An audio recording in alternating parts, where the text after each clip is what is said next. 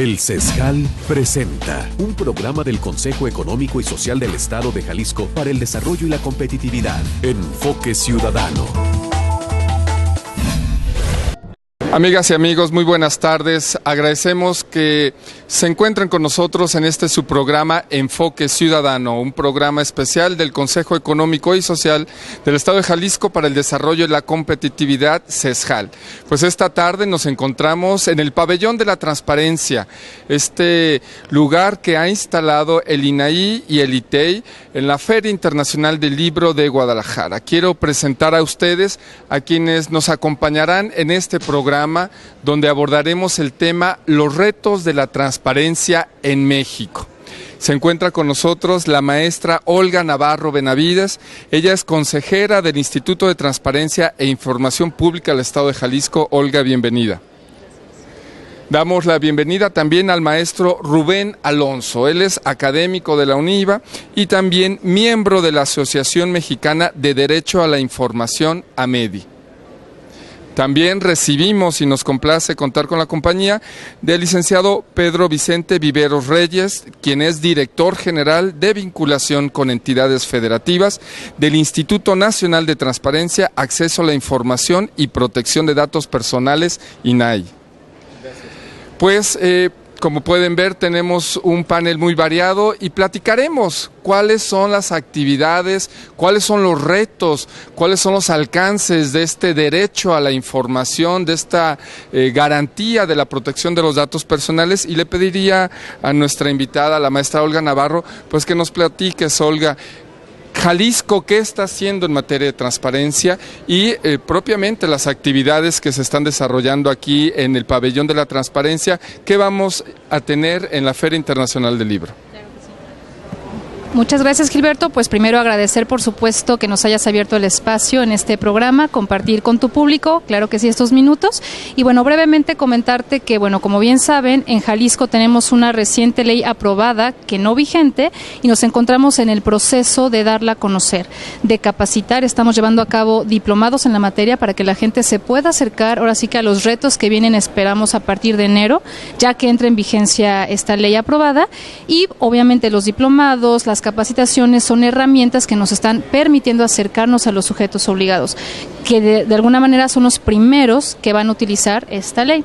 Por supuesto, también no dejamos de lado lo que son los ciudadanos, quienes también deben conocer los nuevos alcances de la ley, las nuevas obligaciones de los sujetos obligados y, por supuesto, los mecanismos de acceso a la información, los medios de impugnación, que son las formas en que tienen las personas para decir: no me entregaron información, me quiero quejar, no están publicando en el portal web los sujetos obligados la información que deberían tener publicada. Y mediante estas capacitaciones y diplomados es que nos estamos acercando.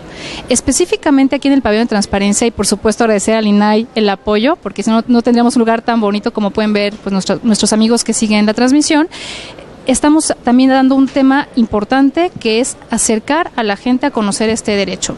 ¿De qué manera? Tenemos, digamos, públicos diversos. Si pueden ver un poquito y luego nos apoyan con la cámara, por ahí tenemos un pequeño espacio para los niños, que consideramos un factor o un sector importantísimo para que conozcan desde pequeñitos cuáles son sus derechos, qué alcance tiene también la transparencia y cómo pueden incluso desde pequeños ya formar parte de esta cultura, porque lo que queremos, Gilberto, es generar precisamente cultura en el tema.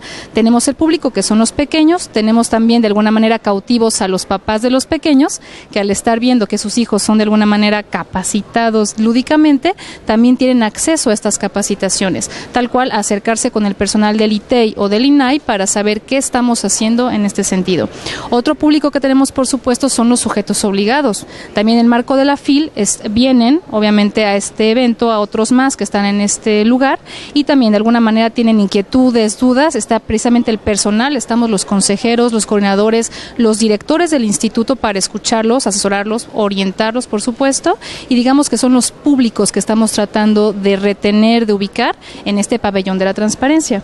Es muy importante, Gilberto, sí, tal cual salir por ellos, ¿no? De pronto a lo mejor pueden ver el pabellón, qué bonito está, pero no se atreven un poquito a dar el paso, ¿no? Entonces sí los estamos acercando, los estamos invitando tal cual, personal del instituto, del INAI, para que se acerquen, para que tal cual entren aquí al pabellón, conozcan, por ejemplo, la ley general. Tenemos ejemplares que agradecemos al INAI que nos ha traído ejemplares de de la Ley General, que los pueden llevar, los cuadernillos de transparencia, que también es un material importantísimo que tiene ya 10 años, digamos, ya tenemos 10 años con este tema, y también para que se lleven los ejemplares. Como puedes ver, Gilberto, son distintas actividades para atender a distintos públicos, porque no queremos dejar afuera a nadie, sino que todos sí tengan de alguna forma manera de acercarse a la transparencia. Muy bien, pues este es el punto de vista del órgano garante estatal, lo que está haciendo Jalisco y la participación aquí en la Feria Internacional del Libro. Pero nos gustaría saber también qué está sucediendo en el acontecimiento nacional, que desde la perspectiva del Instituto Nacional de Acceso a la Información Pública y Protección de Datos nos puede compartir el director general de vinculación con entidades federativas. Sabemos que este año pues se aprueba la Ley General e incluye grandes retos como lo es el Sistema Nacional de Transparencia. ¿Cuáles son los retos que tiene de manera nacional la transparencia y la protección de datos en nuestro país?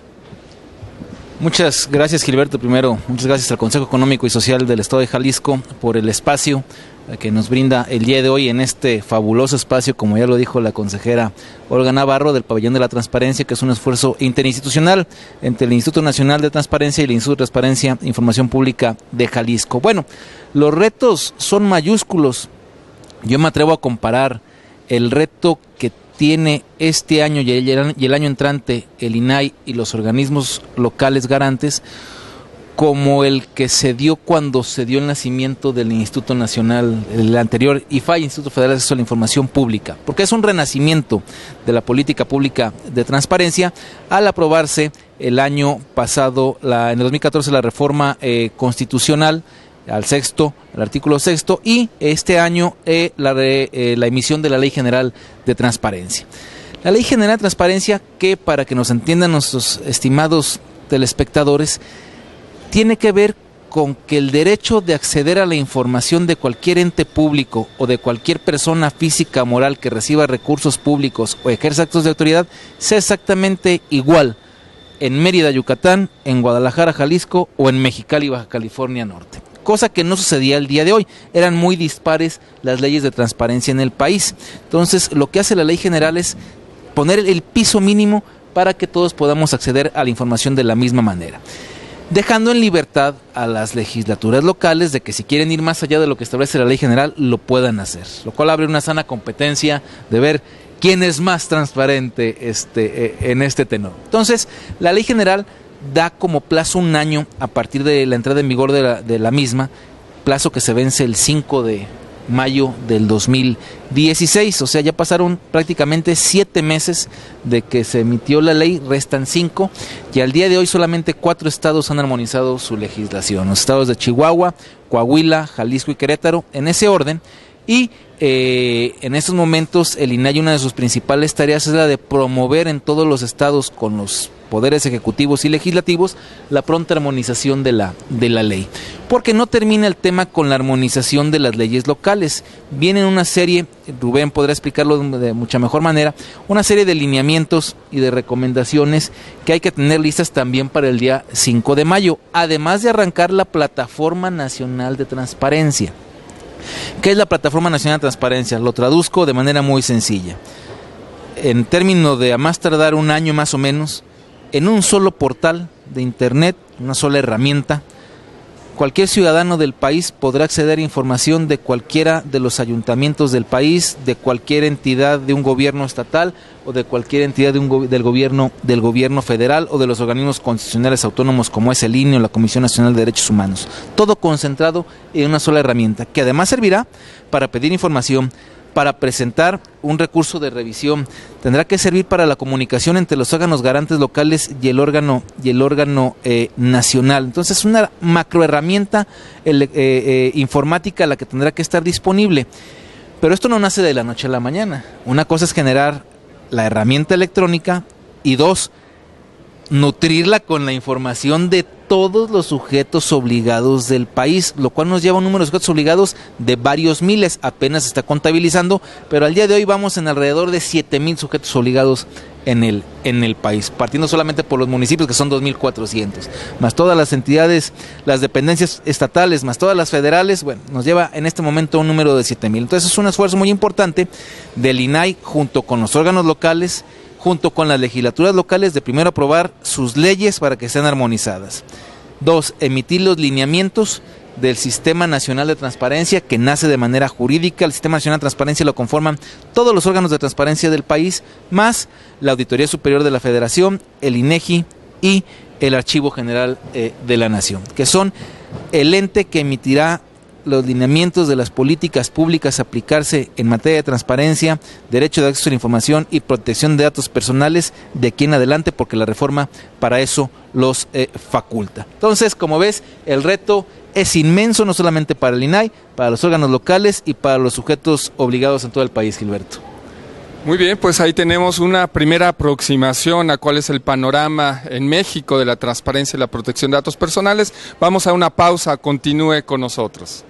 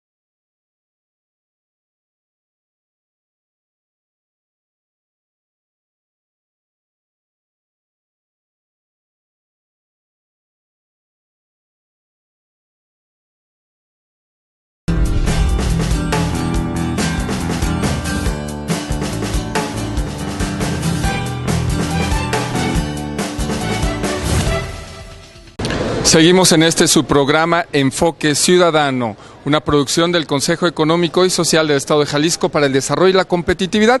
Nos encontramos en la Feria Internacional del Libro. Estamos en el Pabellón de la Transparencia, donde el órgano nacional, el INAI, y el órgano estatal, el ITEI, pues conjugan esfuerzos para dar a conocer a la comunidad lectora, al público en general, pues diversas opciones de formación, de conocimiento en la cultura de la transparencia. Y bueno, en nuestro panel, en nuestro programa, también nos acompaña el día de hoy el maestro Rubén Alonso, académico de la UNIVA y miembro de la Asociación Mexicana del Derecho a la Información, AMEDI. Rubén, nos encontramos en la Feria del Libro, los autores, la literatura. Se ha dicho que la transparencia y la democracia van de la mano y que Jalisco en lo particular tiene una historia en esta materia. ¿Cuál es la perspectiva de la academia? ¿Cuál es tu punto de vista? Uno, sobre la relación que hay entre transparencia y democracia, los derechos de la democracia, y cuáles son los antecedentes de Jalisco y qué contribución ha hecho a la vida nacional en esta materia. Gracias, Gil, Olga y Vicente. Y usted que nos escucha, bueno, pues mira, es información y democracia van de la mano, porque como diría incluso por ahí hasta un spot, información para decidir, ¿no? Y yo añadiría, para participar.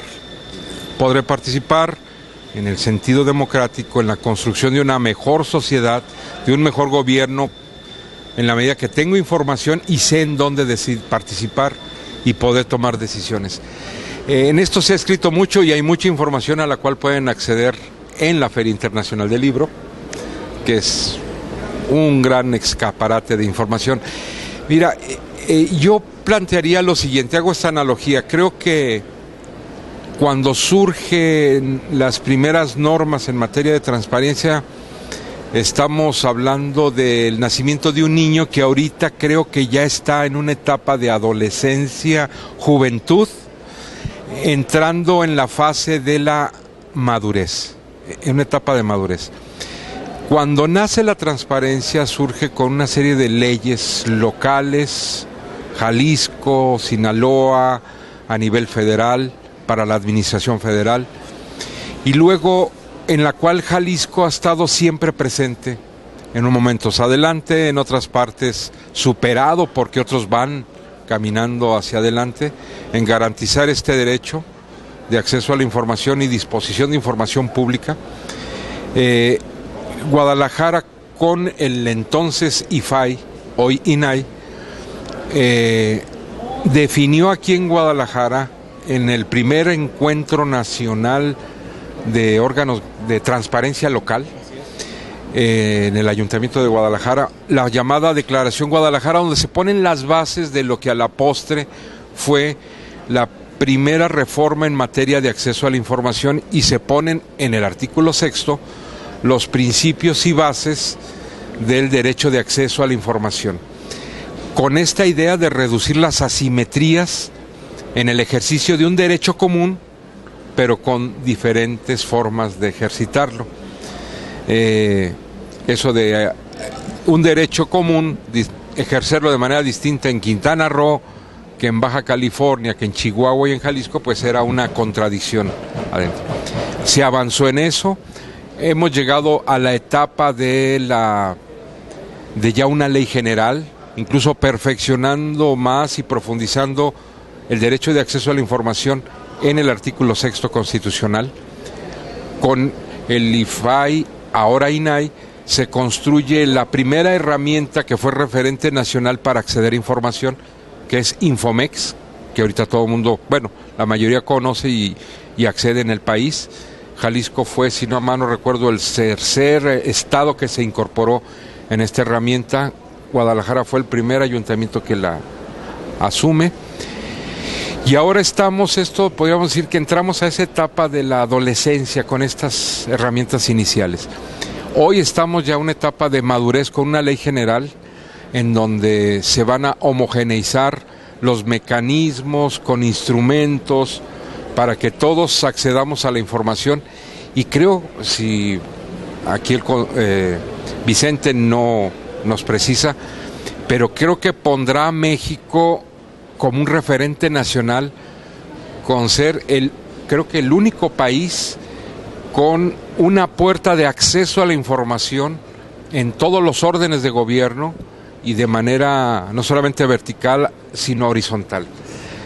La plataforma, creo que eso nos va a poner en esa escaparate nacional y de referente, que ni países que muchos dicen en Europa, que Finlandia, que Estados Unidos, no, perdón, creo que traeremos esa etapa de madurez. El niño tendrá ya como adolescente y joven que caminar más, pero hay que vestirlo bien. Es un reto ya, creo que han de estar muy asustados en el INAI, porque si 7,000 sujetos obligados, incorporarlos en una plataforma para hacer solicitudes, presentar recursos, recibir información, acceder a información de oficio fundamental, será una tarea titánica. El trabajo más importante que creo que va a estar del lado de los ciudadanos en observar que los sujetos obligados en sus comunidades, municipios, cumplan con eso, porque podremos tener la mejor herramienta tecnológica, es decir, la mejor plataforma, pero sin carnita, es decir, sin contenido no sirve de nada, es una casa vacía. Creo que hay elementos para tener la mejor herramienta. En nosotros, creo que ciudadanos, desde el ámbito académico, los funcionarios cumpliendo con lo que marca la ley, que es poniendo información, exigiendo que la información esté accesible, comprensible, clara, completa. Ahí en esa herramienta que en un año creo que estará como en la base de arranque. En los próximos años tendremos el receptorio de información dinámica, yo creo que más grande, sobre todo de información pública gubernamental. Y pues no sé qué dice Vicente, porque yo me asustaría, pero también me emocionaría del reto que implicará construir e incorporar a muchos sujetos obligados, sobre todo ciudadanos, y ojalá y en esto ayuntamientos, órganos locales hagan un trabajo de incorporación desde abajo para que sea un trabajo de todos y no unos cuantos que llenan la casa de cosas, ¿no? O si la tienen muy grande, ¿no? Bueno, como bien dice Rubén, el reto es mayúsculo. Más que asustados, estamos ocupados en el INAI, en el tema. He de decir que la fase inicial es muy pesada para el Instituto Nacional en la construcción de esta casa, como bien lo dice Rubén, que habrá que ponerle muebles. Hago también yo ahí una alegoría. Así como hay que vestir bonito al adolescente, ahora a la casa hay que ponerle muebles. Y los muebles no los pone el INAI, ya puso la casa. Los muebles los ponen los sujetos obligados del país. Pero va de la mano con una tarea fundamental, también con la de la capacitación. También hay que salir a capacitar a todos los sujetos obligados. Estas cosas son nuevas. Si bien hemos caminado, como pertinentemente nos explicaba Rubén, ahí me hizo que regresar algunos años en el tiempo esa declaración de Guadalajara, estamos reaprendiendo, porque el Sistema Nacional de Transparencia es nuevo, la legislación es nueva, como bien lo dice Rubén. En el mundo no hay un esquema similar como el modelo mexicano de acceso a la información. La verdad es que somos referente. Yo hago una comparación, mucho presume el presidente de la República y los actores políticos a nivel nacional el tema de las reformas estructurales en materia energética, laboral, etcétera, y la verdad es que yo pongo la reforma constitucional y la emisión de la Ley General de Transparencia a la par de las reformas estructurales del país. La verdad es que es un cambio de paradigma esta legislación. Entonces, el reto es mayúsculo. Sin embargo, llevará su tiempo, seguramente habrá algún tropezón en el camino, eso es inevitable, porque insisto, se crean cosas nuevas, pero estamos muy preparados para salir adelante en compañía de los órganos locales y de la voluntad de los sujetos obligados desde los municipios, pasando por los estados y llegando al esquema federal. Creo que es aquí donde el cambio de chip, por llamarlo de alguna manera, tendrá su aplicación real. Todos estos más de 10 años de construcción de cultura de la transparencia y de legislaciones nos tienen que llevar a la práctica real, a esa realidad que dice el dicho, es complicada porque esa sí es real. Entonces tenemos que llegar a esa parte fundamental, y no es de la noche a la mañana. Bien dice Rubén, dentro de un año estará la casa puesta y habremos que empezar a subir toda la información. Que no le pasa nada al Ayuntamiento de Guadalajara, de Zapopan, de Torreón, a la Ciudad de México, a Monterrey, pero buena parte de los más de 2.400 municipios del país pues viven en una condición complicada. Habrá que generar las condiciones para que puedan tener las herramientas electrónicas y subir su información. Se requiere, además de voluntad política, de esfuerzo institucional, se requiere de recursos económicos. Eso también hay que decirlo de manera clara. Los órganos garantes tienen que tener una mejor condición económica, los locales al menos, para poder enfrentar el gran reto que se viene.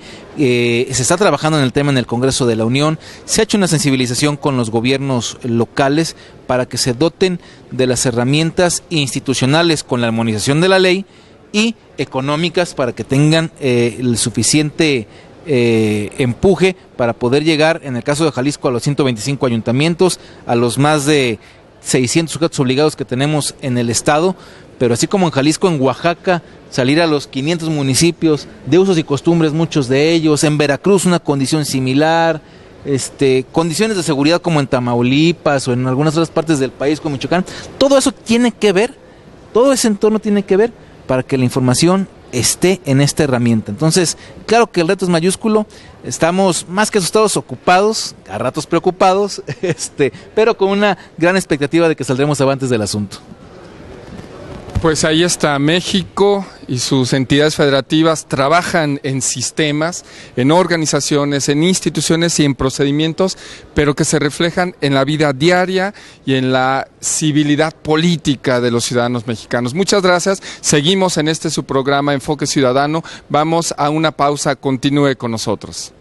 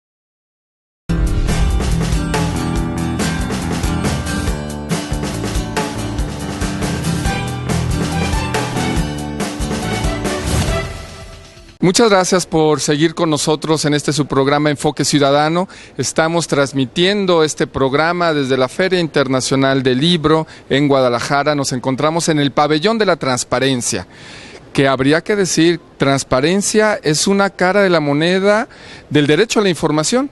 La otra cara es la protección de datos personales. Por supuesto que después de todos los antecedentes que México tiene en su democratización, en su necesidad de obligar a la rendición de cuentas a los gobernantes, a los políticos, en el cuidado y la vigilancia de los recursos públicos, por supuesto que ha sido el brazo fuerte. Sin embargo, el derecho a la información, que es la legislación que le garantiza a los ciudadanos conocer qué hace el gobierno y las entidades que ejercen recursos públicos, va de la mano con que el ciudadano se sienta protegido y se sienta tranquilo que sus datos personales, sus datos sensibles, pues también estén debidamente cuidados. Consejera Olga, platícanos, ¿qué se hace también en los órganos garantes en la protección de los datos personales? ¿Cuál es la legislación? ¿Cuáles son los casos que les han presentado? Y que esto sin duda es también uno de los retos en México del derecho a la información. Gracias, Gilberto. Definitivamente que es un reto y va muy en consonancia, con lo que nos han comentado.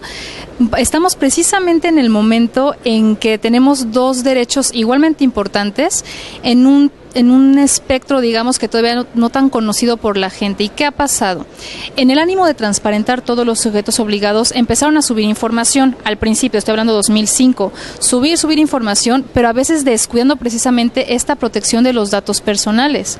Y ahora estamos como al revés, al decirles, a ver, sí sube, pero ojo con los datos personales que estás dando a conocer.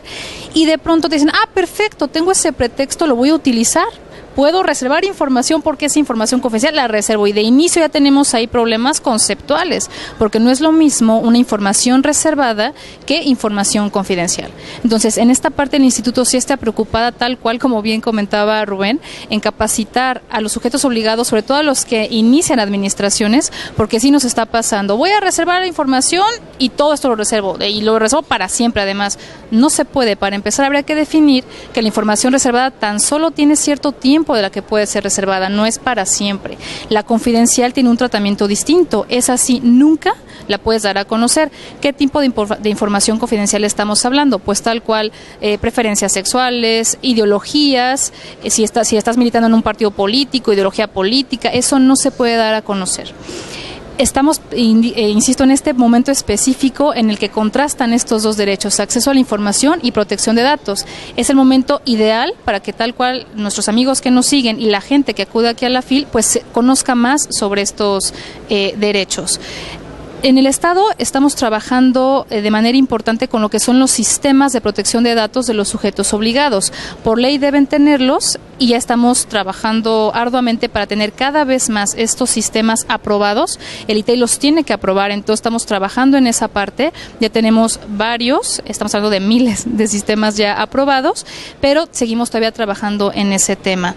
Otro de los retos, digamos, que también viene es que la gente pregunte y también un poquito vea qué está pasando con sus datos personales. Tenemos realmente muy pocos en el instituto, al menos conocimiento, datos de gente que está preocupada por saber qué está pasando con sus datos al interior de los sujetos obligados, y aparte también falta distinguir entre aquellos datos sensibles que están en posesión de sujetos obligados privados, más bien, y sujetos obligados particulares, porque ahora tenemos la ley general que habla sobre las obligaciones tanto de particulares a nivel federal, nacional, y de sujetos obligados públicos, pero digamos que esto también es muy nuevo para el sector privado. Te pongo el ejemplo de las universidades. De pronto se nos aplica igual que al ITEI a lo mejor, o que hay algún ayuntamiento, y no, son obligaciones distintas, sí parecido a los derechos ARCO, pero aún no tenemos una ley general de protección de datos, que es la que está por venir, y un poquito Vicente nos podrá hablar más al respecto, pero todavía no contamos con esta ley general de protección de datos. Estamos ahorita con la ley general de acceso a la información que prevé esta parte de la protección de datos, pero sí habrá que después caminar en este sentido. Yo creo que algo muy importante que habrá que destacar es que debemos salir del círculo rojo. La realidad es que el ITEI, y me imagino que también los municipios sienten que todavía esta parte de la transparencia, la rendición de cuentas, son conceptos que sí, bien conoce el círculo rojo, digamos, del tema, bien los conoce, pero realmente la gente de pie, por así decirlo, nuestros amigos que nos están sintonizando, los universitarios, los jóvenes universitarios, todavía no conocen a profundidad el tema. Creo que todavía falta que permee, por así decirlo, en la sociedad estos temas, y vamos, tenemos que trabajar en conjunto. También una parte importante, yo creo, y es un llamado a dejarnos de ver como protagonistas y antagonistas de esta película. De pronto el ITEI es el bueno, ¿no?, cara al ciudadano, pero es el malo cara a los sujetos obligados, porque me impone obligaciones, porque me exige dar información. Yo creo que esta parte aún la tenemos que superar si realmente queremos llegar a la madurez que nos está hablando Rubén, y creo que el INAI también en ese sentido está colaborando mucho con eso. Tenemos que trabajar ahora juntos todos para que este sistema nacional sea una realidad, porque yo lo comento mucho, ¿no? De nada sirve que tengamos mecanismos legales de avanzada, como en el caso de esta, pues de ella aprobada, y que claro, es perfectible, después podemos revisarlo, ¿no? Pero por lo pronto tenemos ya lo mínimo, ahora el piso mínimo para armonizarnos con la ley general, pero no quedarnos con esa parte, no somos los buenos, somos los malos de la película, sino realmente trabajar en común, porque si no, nunca van a caminar las cosas.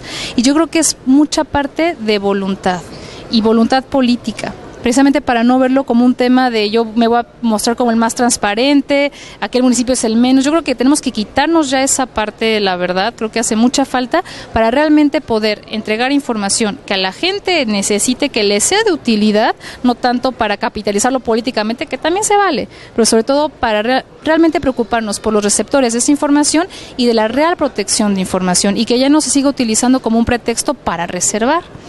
Otro ejemplo, o que me preguntabas de ejemplos paradigmáticos y que vemos mucho en el instituto es, quiero conocer el currículum de fulanita persona que está trabajando en fulanito puesto. Y la primera pregunta que nos hacemos, ¿cuál cree que es? ¿Lo necesita saber? Digamos, la persona, ¿es un requisito legal? Habrá que distinguirlo, y las personas de pronto le ¿sabes qué? No se te entrega toda vez que no es un requisito legal para ese puesto y tiene información confidencial. Pero también está la otra parte, acercarse tal cual al funcionario y decirle, oye, no tienes nada que esconder, entrega una versión pública. También tú véndete, por así decirlo, ¿no? Que la gente sepa qué te llevó ahí, tu trayectoria, y que vean que no estás ahí nada más impuesto, ¿no? Que hay algunos casos por ahí que sabemos, pero no son la mayoría, y que es realmente gente que está en un puesto por capacidad y que, bueno, su currículum lo puede acreditar, ¿no? Creo que esa parte también nos falta, ver la transparencia como algo positivo, algo que nos puede ayudar tanto a sujetos obligados como a particulares a obtener información útil que nos lleve a tomar decisiones importantes. Yo creo que estamos en ese tránsito, protección de datos. De hecho, tenemos también, para quienes nos ven, un seminario el próximo jueves aquí en el Hotel Hilton. Estará realmente buenísimo, por una expresión, pero tiene que ver sobre todo con temas de protección de datos para menores, que también esta parte, qué debo proteger, qué no, de los niños, sobre todo los que tienen hijos. También para las universidades hay casos, por ejemplo, que nos preguntaron otro día, siguiendo la ley general, ¿qué tengo que hacer como universidad? ¿Puedo dar a conocer cuánto debe un alumno al papá? si la información es del alumno y es un dato patrimonial. Entonces, no, estrictamente no tendrías que dárselo a conocer por teléfono si no tienes la autorización del alumno, pero los papás nos alegan y nos dicen, no, pero yo soy el que pago la colegiatura, ¿no? Entonces, bueno, ahí qué pasa, creo que en esa parte todavía hay que tallar lápiz, conocer bien a bien cómo se debe trabajar la protección de los datos confidenciales y que los mismos usuarios de esos datos, digamos, el quien tiene los derechos, pues sepa también cómo cuidarlos. Pues se ha dicho que el derecho a la información son los dos músculos, el que flexiona y el que inflexiona y que le da la movilidad a todo el engranaje y toda la mecánica. Vicente, platícanos sobre los riesgos de la fuga o el mercado negro de los datos personales que en México pues nos hemos dado cuenta que de pronto el padrón electoral se encuentra en barrios populares de la Ciudad de México o en el extranjero. De manera rápida, Gilberto, como manera introductoria para el siguiente corte. En efecto, el reto es mayúsculo. Uno de los deportes favoritos en este país, además del fútbol, era el de tráfico de los datos personales en bases establecidas, comerciales, privadas o públicos, porque no era un tema regulado. La regulación llega relativamente hace poco tiempo. Hay dos legislaciones en el país: la Ley General de Transparencia, que tiene un apartado sobre la protección de datos personales. Está pendiente, según la reforma constitucional, la emisión por parte del Congreso de la Unión de la Ley General de Protección de Datos Personales, en el que tendremos un esquema similar al llevado con la Ley General de Transparencia. Eso sí me asusta, porque todavía no salimos de uno y ya vamos sobre el otro, pero esa es la obligación constitucional. Y dos, la Ley Federal de Protección de Datos Personales en posesión de particulares, que nos lleva, según el último censo del INEGI, a un poco más de 5 millones de entidades privadas en el país que tienen algún dato privado de sus clientes o de sus trabajadores. Pero seguimos comentando después del corte, si así lo tienen a bien.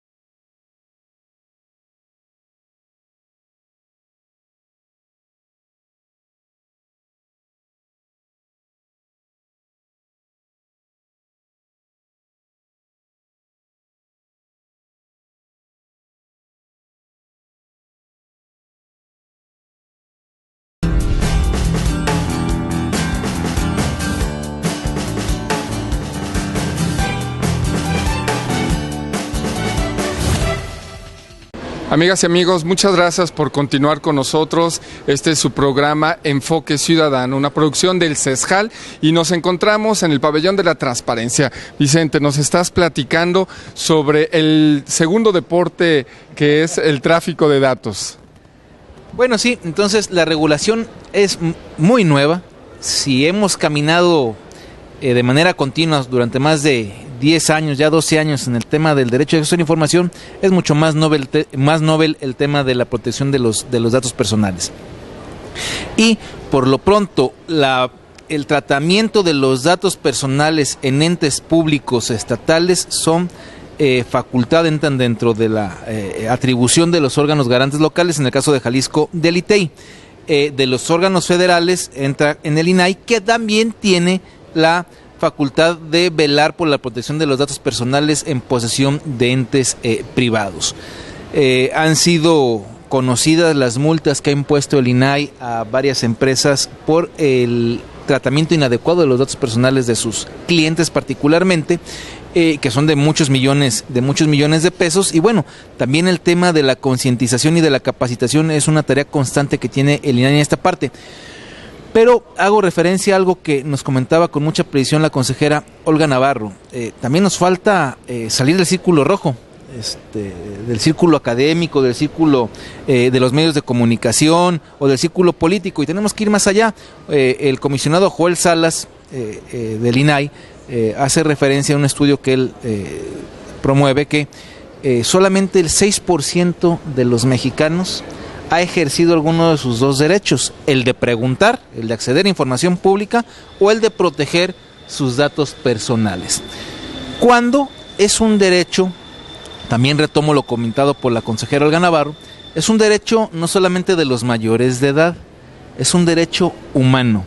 Desde que nacemos está la protección del dato personal del recién nacido cuando le ponen su piecito o su mano en el hospital para sus huellas digitales. Desde ese momento está protegido porque es un derecho fundamental. Entonces, esas son las partes de las complicaciones, porque el derecho es el del alumno, no del papá, es de él, es único. Entonces, esas partes que nos faltan aún por resolver. Este esquema sigue teniendo preguntas sin respuestas, porque es un asunto de construcción diaria que se va afinando según casuísticamente se va presentando el tema. Para eso nos servirán mucho los lineamientos y los criterios que se establecerán próximamente. Entonces, socializar, nos sirve mucho espacios como este que nos brinda el CESJAL, espacios como en el que estamos hoy en la Feria Internacional del Libro, pero en el día a día se necesita socializar y socializar. No basta con que los órganos garantes locales salgan en una tarea titánica que hace el ITEI, por ejemplo, con los diplomados, con los cursos, con la maestría, etcétera. Se requieren de recursos económicos para poder establecer campañas también de carácter mediático. Rubén sabe mucho más del tema que yo. No ajusta con la voluntad institucional. Se requiere también de la colaboración de los medios de comunicación, como en este caso del CESJAL, de C7 o de la televisora de universitaria de Canal 44, que de manera continua apoyan a órganos garantes como el ITEI. Pero hace falta también la estructura y los recursos suficientes para poder salir con la televisión privada y con la radio privada para promover este recurso. No basta con el internet tampoco. Aún este país sigue consumiendo mucha televisión y mucho radio. Y en eso se refleja de buena manera que solamente el 6% de los mexicanos hayan ejercido alguno de sus dos derechos. Entonces, en esta parte también la tarea es titánica, que se va bregando todos los días, paso a pasito, pero necesitamos que la mayoría de los mexicanos conozca que tiene estos dos derechos, que hay quien se lo tutele y que le puede reclamar a su gobierno o a su empresa privada cuando no utiliza sus datos personales de manera correcta. Muchas gracias, Vicente. Y pues la tarea y los retos de la transparencia en México pasan por los retos en las entidades federativas, particularmente el caso de Jalisco en la homologación con la ley nacional. Rubén, ¿qué nos platicas de estas relaciones inéditas que se vivieron en este año 2015 entre ciudadanía y gobierno? Bueno, primero es el proceso de armonización de la ley de Jalisco con la ley general. Inicia con una iniciativa que es como la base de armonización que plantea el entonces diputado Hernán Cortés. Convoca foros donde participan sujetos obligados, ciudadanos, universidades, y luego en círculo un poco más pequeño donde estuvo el CESJAL, universidades, ONGs y algunos que otros por ahí ciudadanos interesados, pues a trabajar. Se arma una propuesta pero se trabaja con el Congreso, con el órgano técnico. O sea, no fue algo que haces tú allá y yo acá y ahí te lo envío. No, como se debe de construir una democracia donde no hay lados oscuros, sino todos participamos. Se presenta esta iniciativa y se da un proceso dentro del marco de las atribuciones que tienen los diputados de hacer modificaciones a lo que se había trabajado con propuestas de foros, con el ITEI, con el CESJAL, con organismos especializados, con universidades, y quienes habían trabajado estimaron que esto era una involución. Se hace una voz de alerta y el Ejecutivo escucha y atiende, y por primera vez en la historia de Jalisco retoma el Ejecutivo observaciones de ciudadanos y las presenta como sus observaciones ante el Congreso sobre un dictamen aprobado. Esto es inédito también.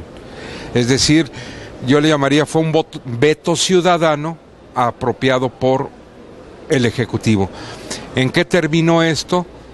Que haciendo lo suyo el Ejecutivo y atendiendo a los diputados este reclamo ciudadano, la ley volvió a la propuesta original que habían planteado ciudadanos, el CESJAL, el ITEI y algunas AMEDI, por ejemplo, Simtra, y creo que esto permitió dar un paso hacia adelante, no solamente más allá de la ley, sino en el ejercicio de construcción colaborativa donde no hay zonas oscuras, ni lados oscuros, donde pues el que quiere participar, participa. Creo que este trabajo habrá que realizarlo y continuarlo como experiencia, por ejemplo, en otra segunda etapa. Y después yo creo que con el CESJAL podemos platicar, y es cómo le van a hacer los ayuntamientos de Jalisco para armonizar sus reglamentos de acuerdo a las disposiciones de la Ley General y la Ley de Jalisco. Algo que con la experiencia del CESJAL creo que se puede hacer mucho, y la guía incluso del ITEI, pues mucho mejor. ¿Y qué más con el INAI? Pues ahí estará la fórmula adecuada para la gobernanza democrática, que es la conjunción de recursos, de inteligencia, de capacidades institucionales entre sociedad civil, entre instituciones públicas y los órganos garantes. Y en esta sintonía, consejera, el órgano garante estatal, pues recientemente participó en la Alianza por el Gobierno Abierto. ¿Quieres platicarnos de esto y pues aproximar tus conclusiones, ya que el tiempo, que es transparente, pues se nos está yendo de las manos? Danos tu punto de vista y con esto estaremos finalizando nuestro programa. Claro que sí, Gilberto, y por supuesto voy a tomar el ejemplo que ya nos esbozaba Rubén respecto al tema de gobierno abierto y esta participación ciudadana que se materializó tal cual en una ley para Jalisco. Yo creo que hay que destacar de todo este proceso que tuvo jalones, tirones, buenos y malos, de todo hubo en el intermedio, en el proceso, pero creo que hay dos enseñanzas que nos quedamos. Uno es que trabajando juntos podemos obtener realmente cosas benéficas para el Estado, que no se queda solamente en palabras, sino que se traduce en hechos. Y segundo, nuevamente Jalisco a la vanguardia. Hemos sido, yo creo que, si Vicente no me deja mentir, el primer estado haciendo realmente un gobierno abierto. ¿Por qué? Como bien comenta Rubén, el Ejecutivo llevó, digamos, todas las observaciones que la sociedad impulsó al Legislativo y las hizo suyas. No solamente nos escuchó, porque bien nos pudo haber dicho, sí, ITEI, sí, AMEDI, sí, Sintra, sí, me encantan sus observaciones, pero hasta ahí se queda, no puedo hacer nada. Las escuchó, hubo varias reuniones en el tema, varios de ustedes fueron ahí testigos, y finalmente se logró esto, que el gobierno adaptara, que el Ejecutivo adoptara estas observaciones y que las llevara al Legislativo en un ejercicio, insisto, de gobierno abierto, de verdadero gobierno abierto. Creo que Jalisco pasará a la posteridad tal cual como pionero nuevamente en este tema. Lo ha sido en transparencia, lo es ahora en gobierno abierto.